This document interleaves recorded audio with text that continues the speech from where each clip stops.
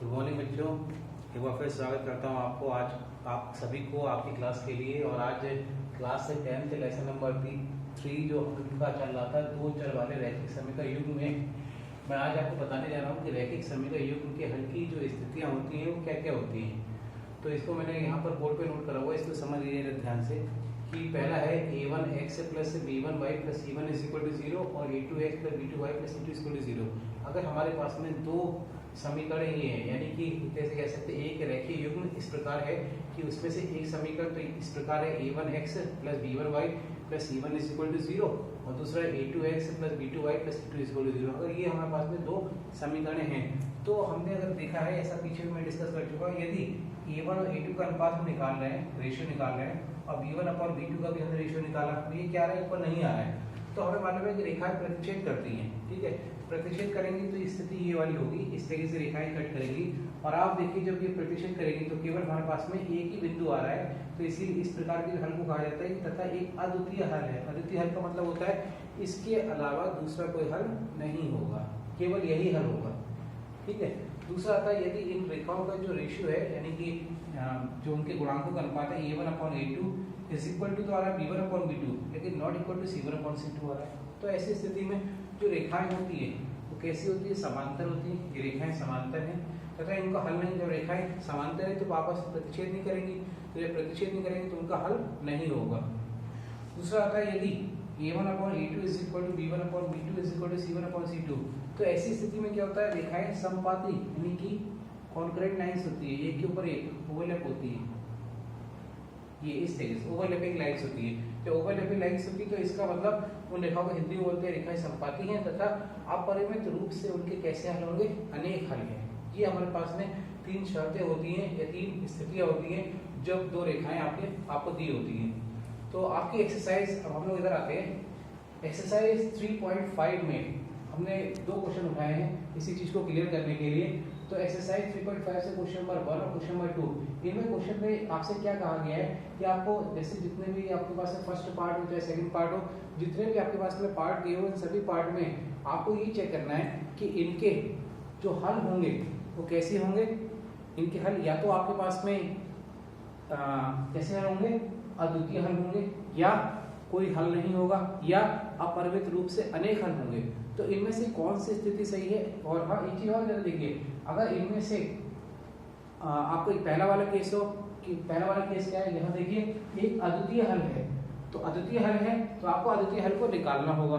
ठीक है, और उसके अलावा अगर आपके पास में ये आ रहा है कि हल नहीं है तो आपको हल निकालने की जरूरत नहीं पड़ेगी। ठीक है, तो इस तरह के केसेस है। तो इन सभी समीकरणों में यानी कि पहला केस है दूसरा केस, इस तरह से 4 क्वेश्चन आपके बुक में दिए हुए हैं। तो इन सभी में हमारे पास में यही चीज चेक करनी है कि अगर इनके हल कैसे, या तो अद्वितीय हल होंगे, या कोई हल नहीं होगा, या अपरिमित रूप से अनेक हल होंगे। तो जो हल होंगे तो इनमें से अगर अपरिमित रूप से अनेक हल हैं तो वो वाला केस आप छोड़ दीजिए। ठीक है, आपके पास में केवल अगर अद्वितीय हल है तो उसे हमें हल करके भी दिखाना है। किस विधि से, वज्र गुणन विधि से। तो मैं फर्स्ट क्वेश्चन सेकंड क्वेश्चन आपके बुक के दिए हुए हैं, तो मैं इनको चेक करता हूँ जरा। तो इसके लिए जरा बोर्ड एक बार रफ कर देते हैं और आप इन क्वेश्चनों को एक बार फिर से अपनी बुक से चेक करके देख लीजिए।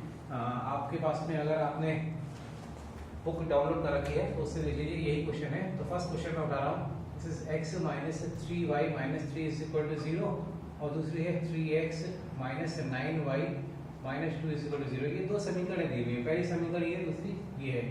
अब आप देखिए अगर इनको तुलना कर लेते हैं, तुलना करते हैं, तुलना करेंगे किससे करेंगे, a1x plus b1y plus c1 is equal to 0 और a2x plus b2y plus c2 is equal to 0 से तुलना करते हैं। तो देखो x के साथ में यहाँ पर कितना है, a1 है और यहाँ कितना है 1, तो a1 की वैल्यू 1 ऐसी नीचे वाले में, a2 की वैल्यू 3, यहाँ पर b1 की वैल्यू y के साथ में -3, यहाँ b2 इज इक्वल टू हो जाएगा -9, c1 की वैल्यू यानी अचल पद -3 और c2 है -2। अब आप रेशियो देखिए, a1 और a2 कितना आ जाएगा 1/3 और यहाँ पर b1 b2 कितना आ रहा है -3 अपॉन -9, ये भी 1/3 हो जाएगा, 3 3 9 और माइनस माइनस प्लस। और c1 अपॉन c2 कैसा आ रहा है -3 अपॉन 2, माइनस का माइनस में कट जाएगा 3 अपॉन 2। आप देख सकते हैं a1 अपॉन a2 तो इक्वल है b1 अपॉन b2 के, since a1 upon a2 is equal to b1/b2 but not equal to c1/c2।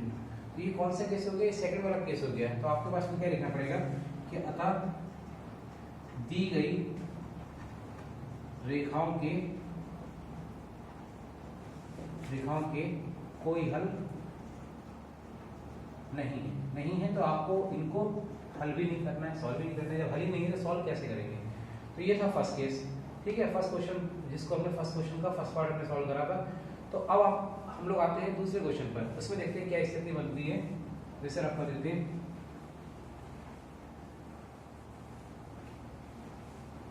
Question number 2 में आपके पास में जो समीकरण दी हुई है, तो देखिए समीकरण एक बार इधर देखते हैं। 2x + y = 5 है। इसको आप क्या करेंगे? 5 के इधर लाएंगे तो माइनस का 5 हो जाएगा। ऐसे ही नेक्स्ट समीकरण में 3x + 2y = 8 दिया हुआ है। इस 8 को इधर लाएंगे तो माइनस का हो जाएगा।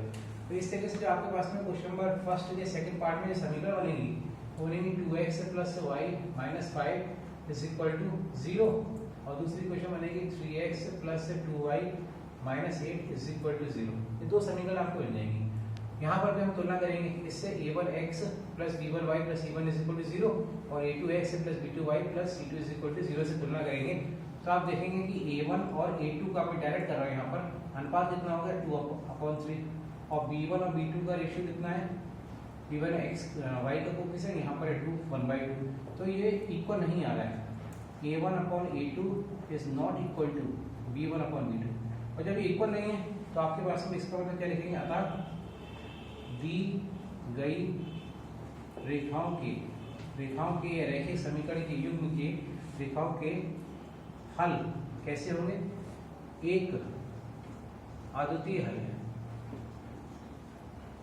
अद्वितीय हल, यूनिक सॉल्यूशन इसे इंग्लिश से बोलते हैं, ठीक है। तो अब हमें क्या करना है? इसे वज्रगुणन विधि से हल करना है। तो उसके लिए क्या करते हैं? x - y और 1 करके इसे नोट कर लेते हैं। तो देखिए x जब लिखते हैं तो आप x के गुणक को छुपा लेंगे, y के लिखेंगे 1 2 और फिर अचर -5 और -8। फिर y को निकालने के लिए 2 3 -5 -8। फिर कांस्टेंट 2 3 1 और 2। अब क्या करेंगे? क्रॉस मल्टीप्लिकेशन करते जाएंगे। जो मैंने आपको तरीका बताया था याद रखिएगा, top to bottom and bottom to top, ठीक है, हमेशा। तो अब इसको मल्टीप्लाई करेंगे तो 1 का 8 से हो जाएगा -8 और ये बीच में साइन माइनस का होता है तो ये प्लस का 10 हो जाएगा। यहाँ पर -y/-16, यहाँ पर माइनस का 15 आएगा, बीच में माइनस का होता है तो ये प्लस का 15 हो जाएगा। यहाँ पर 1/2 4 और -3। तो इस तरीके से इसे सॉल्व करेंगे तो आएगा x/, देखिए इसे आएगा 10 -8 2 y/-y/1 और 1/1। ये सॉल्व करके आएगा तो x/2 माइनस कट जाएगा, y/1 = 1/1। कंपेयर करेंगे तो x/2 = 1, x की वैल्यू हो जाएगी 2, y/1 = 1 तो इससे y की वैल्यू 1 आ जाएगी। तो इस तरीके से आपके पास में आप आंसर लास्ट में लिख सकते हैं। अतः x = 2 और y = 1, ये आपका फाइनल आंसर भी हो गया।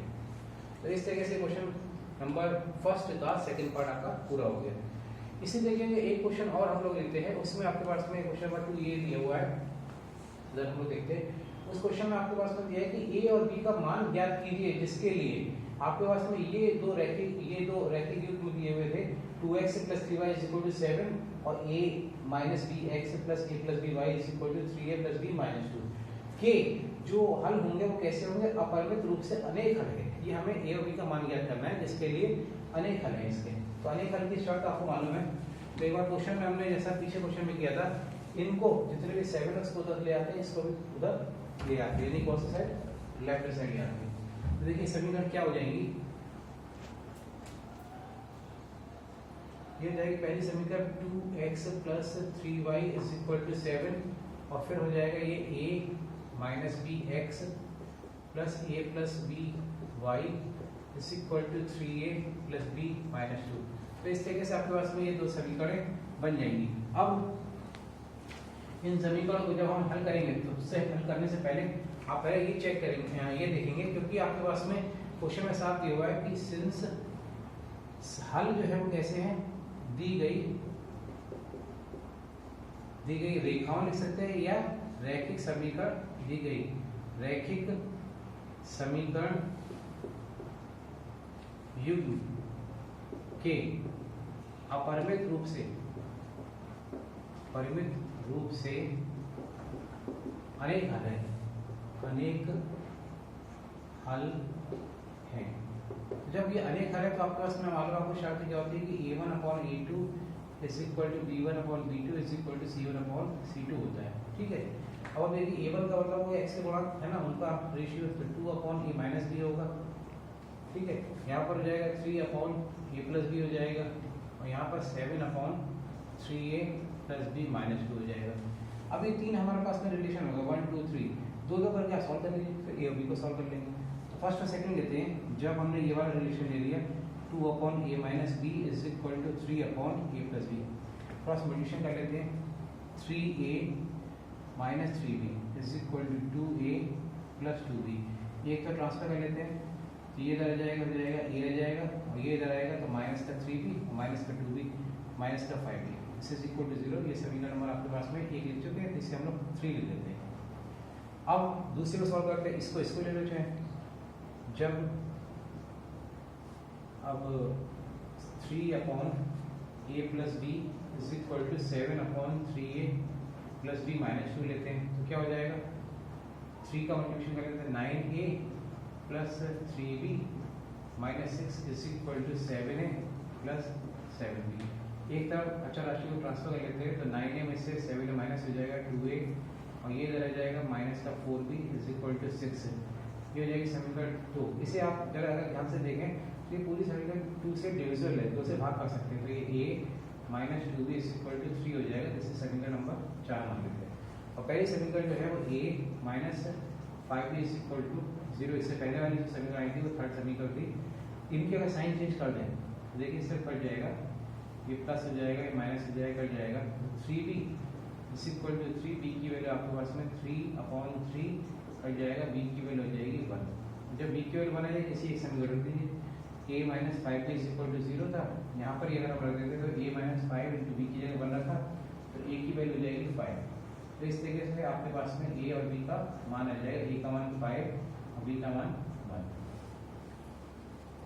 मुझे उम्मीद है ये क्वेश्चन आपको क्लियर हो गया होगा, समझ में आ गया होगा। अब हम लोग को जरा एक चीज़ ध्यान देनी, इस एक्सरसाइज में इसी तरीके के बहुत सारे क्वेश्चन हैं। एक्सरसाइज 3.5 में इसी तरीके के बहुत सारे क्वेश्चन हैं, आप उन्हें करिए और मुझे उम्मीद है कि आपको किसी भी क्वेश्चन में कोई प्रॉब्लम नहीं आएगी, क्योंकि सभी क्वेश्चनों का कंसेप्ट ऑलमोस्ट ऐसा ही है।